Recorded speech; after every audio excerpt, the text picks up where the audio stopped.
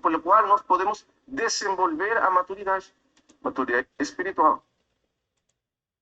Ou a perfeição espiritual no sentido dos gregos. Quer dizer, alcançar o pleno desenvolvimento de tudo que Deus quer que nós alcancemos. E ele nos disse mais uma coisa, ele diz que essa maturidade, ou essa perfeição, faz parte de Deus mesmo. Quer dizer, o que Deus quer desenvolver em nós é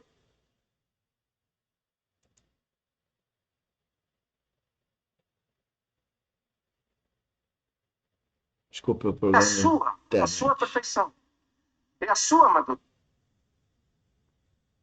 Ou seja, Deus quer que a gente seja perfeito. É o seu caráter. O que ele quer. Problemas da internet, senhores. Quanto a isso, não posso fazer nada. Desenvolver em nós, então, é a sua própria maturidade. Se nós pudermos, então, nessa perspectiva no Novo Testamento, definir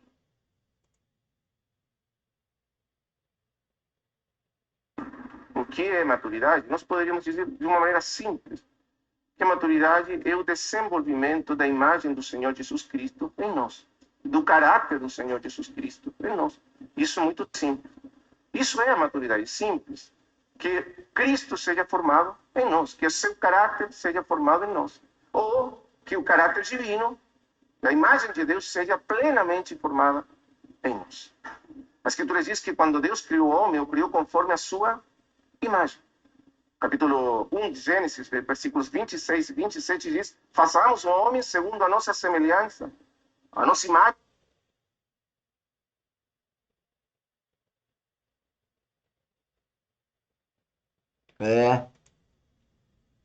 O inimigo não está gostando muito, não.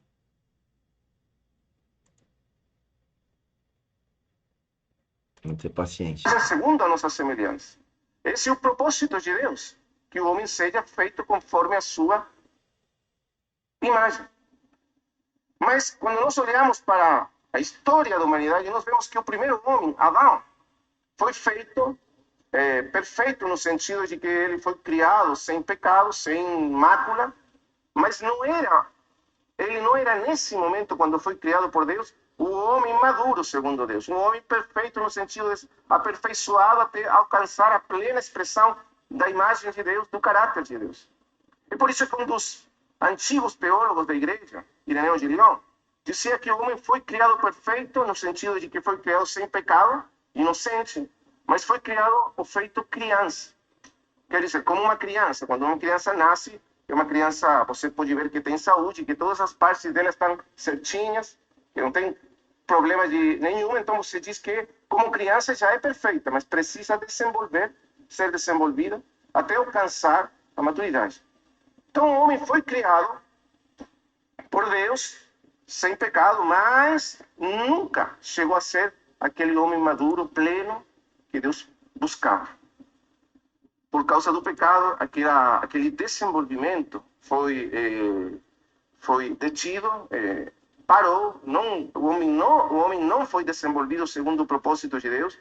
E então nós chegamos agora ao livro de Mateus, ao Evangelho de Mateus, no capítulo 5, o Sermão do Monte, onde o Senhor está nos mostrando novamente o caminho da maturidade, o que Deus realmente está buscando de todos nós, os seus filhos. Então, vamos aí, para entender melhor o sermão, vamos olhar primeiramente para os versículos que lemos no capítulo 4, primeiramente. Uma coisa importante para nós entendermos, quando nós lemos o Sermão do Monte, é que o grande erro seria tomar esse sermão como um conjunto de regras, de mandamentos que nós temos que fazer, coisas que nós temos que fazer, porque você, quando lê o sermão, você vai ver muitas coisas que o Senhor diz, e você pode acreditar que a vida que o Senhor está propondo é uma classe, um monte de regras e mandamentos, coisas que nós precisamos fazer para tornarmos pessoas maduras aos olhos de Deus.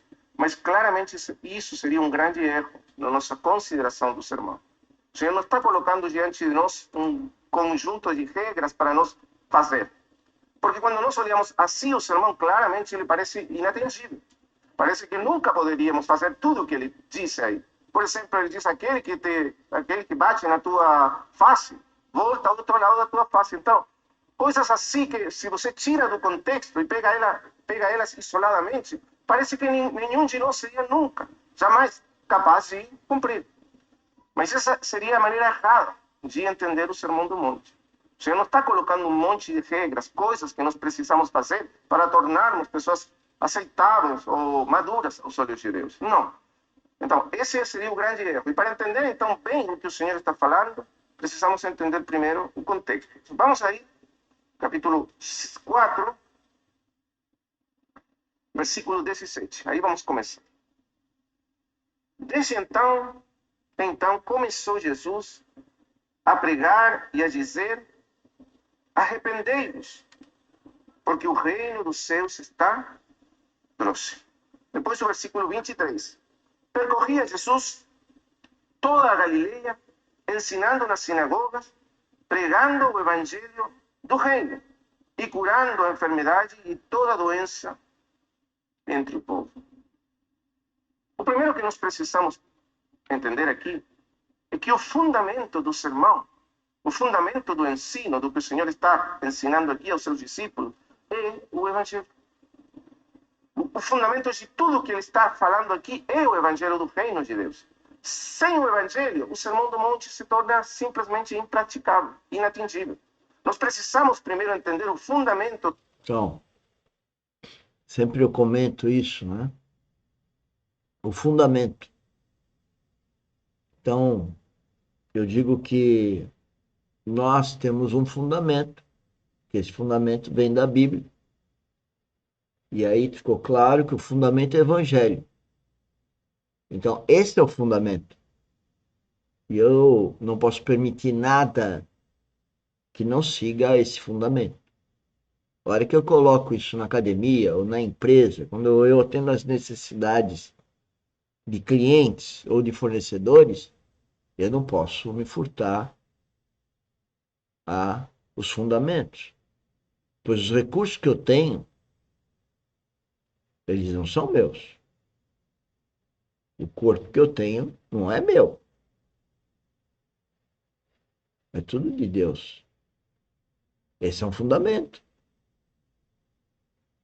E aí que tem o princípio da mordomia. Eu tenho que cuidar do meu corpo como se fosse meu. Eu tenho que cuidar dos bens que Deus me deu como se fosse meu. E quem trabalha conosco, quem administra os nossos negócios são os negócios de Deus. E tem que administrar os nossos negócios no plano horizontal como se esses negócios fossem de quem eu administro. E isso que eu vejo, ou que eu não vejo, o cristão verdadeiro.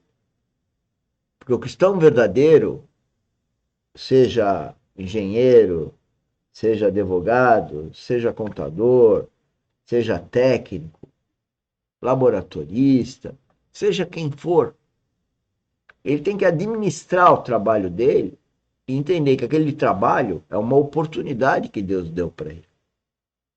E tem que administrar aquilo como se fosse o negócio dele. Isso que eu não vejo. Eu vejo as pessoas detonando prédio onde trabalham, eu vejo as pessoas detonando os equipamentos que utilizam para a sua própria sobrevivência. Eu vejo as pessoas cuidando dos negócios e falando eu, ou seja, como se fosse para deleite dela, quer ganhar dinheiro para ela fazer as vontades dela, e aí não tem uma vida espiritual. Não dá para identificar que tem uma vida espiritual. É só de conviver um pouco com a pessoa, você percebe o que o coração dela tem. Então, o coração dela tem uma vida agitada, ela vive correndo para baixo para cima, Ela vive falando eu fiz, eu isso, o meu aquilo.